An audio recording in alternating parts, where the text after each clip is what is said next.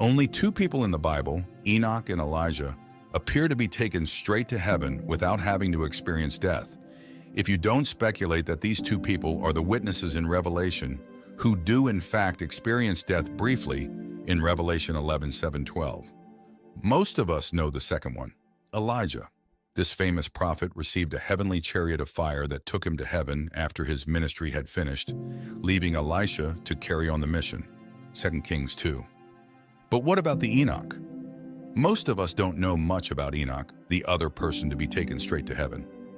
He appears in Genesis, and just as soon as he steps onto the scene, he enters heaven. In this video, we'll discuss what the Bible says about Enoch and why this matters to us. From the Bible, we know that Enoch was Adam's great-great-great-great-grandson and Noah's great-grandfather, who lived a holy and faithful life to the Lord. Genesis 5. He also becomes the father of Methuselah, the longest living man. Genesis 5:27. He has numerous other offspring throughout his 3+ centuries on earth. After 365 years on earth, God takes him away. Genesis 5:24. The verb for take appears to mean snatched up or carried away, perhaps similar to the way God had taken away Elijah, the prophet. We see Enoch later in the Hall of Faith in Hebrews 11, listed with the other greats such as Abraham. Because of his great faith, he appears to escape death.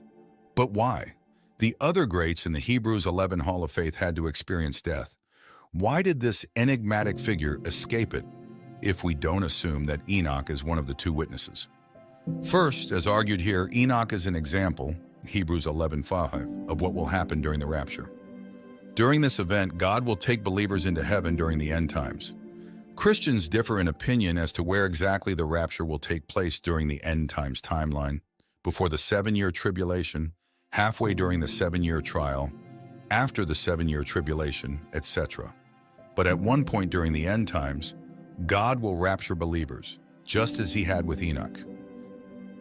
Second, Enoch lived a few hundred years before the flood. We see the earth's inhabitants descend into utter moral depravity during this period. Considering that the people back then lived for hundreds of years, some Christians have speculated due to a vapor canopy that surrounded the earth that blocked out harmful gamma rays and produced a temperate climate that perhaps God took Enoch into heaven to avoid the flood that would come a few hundred years later. Third, we see a faithful man living amongst a wicked generation, like Elijah during the time of Ahab. Elijah is the only prophet of God left, 1 Kings 18:22, outnumbered by 450 prophets of the enemy. We can see parallels in Enoch's story with the story of Revelation yet to come. In a wicked world, we are called to be righteous and to walk in faith with God. Although many of us, if not all of us, as we do not know the true time Jesus will come back, will experience the pangs of death, Christians in the end times will experience a rapture. It's also important to note that in 1 Thessalonians 4:13-18, Christians who have previously died and those still alive will participate in this event together. So in either case, we will experience the rapture. Like Enoch, Christians will be caught up in the air during that time. We can also see God being able to speak through even non-biblical sources, operating under the viewpoint that the Book of Enoch is a pseudepigraphical work.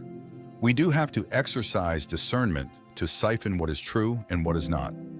But as the apostles quoted from secular philosophers and poets, we can also find kernels of God's truth in other literature.